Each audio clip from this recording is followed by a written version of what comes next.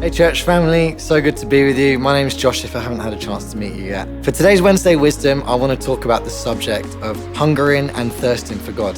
But I want to start off with a story. And this story is based on my worldview that the best drink you can take is when you're the most thirsty, or the best meal you can eat is when you're the most hungry. One of the first times I came to Amarillo as a Brit and an outsider was when me and Paige got to be married here in downtown Amarillo.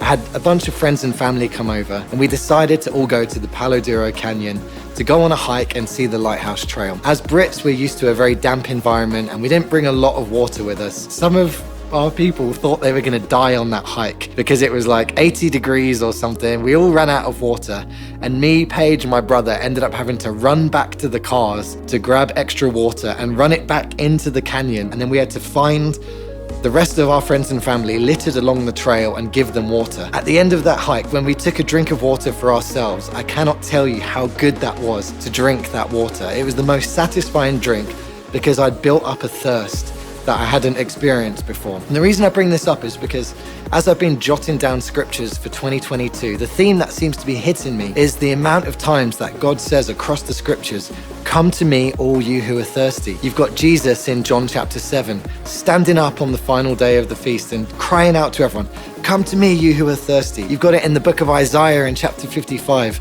where there's an amazing passage about, "Come to me who are thirsty and I'll give you water. Come to me those who are hungry and have no money and I'll give you food." And then all the way through to the book of Revelation in chapter 21, "Come to me, all you who are thirsty." Pastor Jeff yesterday preached a message where he included the story of John chapter 4 with the woman at the well. And again in that story, a conversation takes place where the woman is talking to Jesus and Jesus says, "Have a drink from me and you will never thirst again." And the woman says, "How could this be? How could I drink and never thirst again?" Well, what I see in this theme is that Jesus wants to give us a drink, that when we drink from him that we can never thirst again. But the problem is that in our mindset, we don't like to be thirsty. We don't like to be hungry. We don't like to be without.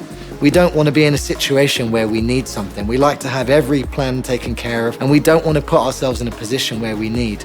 But what I believe Jesus is saying, and the Lord across all these scriptures, is that we take our greatest drink and we eat our greatest meal when we put ourselves in a position of vulnerability to God in the first place with this. We can only truly come to God if we truly admit that we need him, when we truly admit that we are hungering and thirsting for him. But my challenge to us as a church family at this time would be, if we're not feeling hungry and thirsty, if our food and drink is not satisfying the way that we know the Lord can, how can we position ourselves to be in a place where we can be in that place that God wants us to be? How can we be the thirsty person who comes to him? When I read Matthew chapter 5 and the Beatitudes, I struggle and I'm convicted because I read a list of aspects that I don't want to be. I don't want to mourn. I don't want to hunger and thirst for righteousness. I don't want to be a peacemaker. I don't want to be persecuted. But the truth is that when we embrace these characteristics of God's personality, of the life of Jesus, we can come to him and receive a drink and receive supplements that will feed us and take care of us and bring a greater joy to our lives than ever before. Sometimes we can enter this place by fasting and praying. Other times we can enter this through, incredible generosity and giving out of what we have and putting ourselves in a place of need.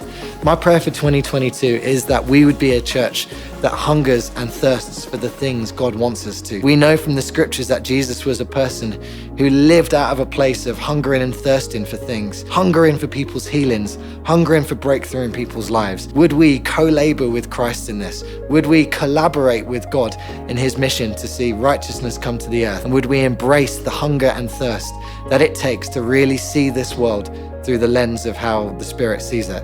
Hope that blesses you today and look forward to seeing you all soon.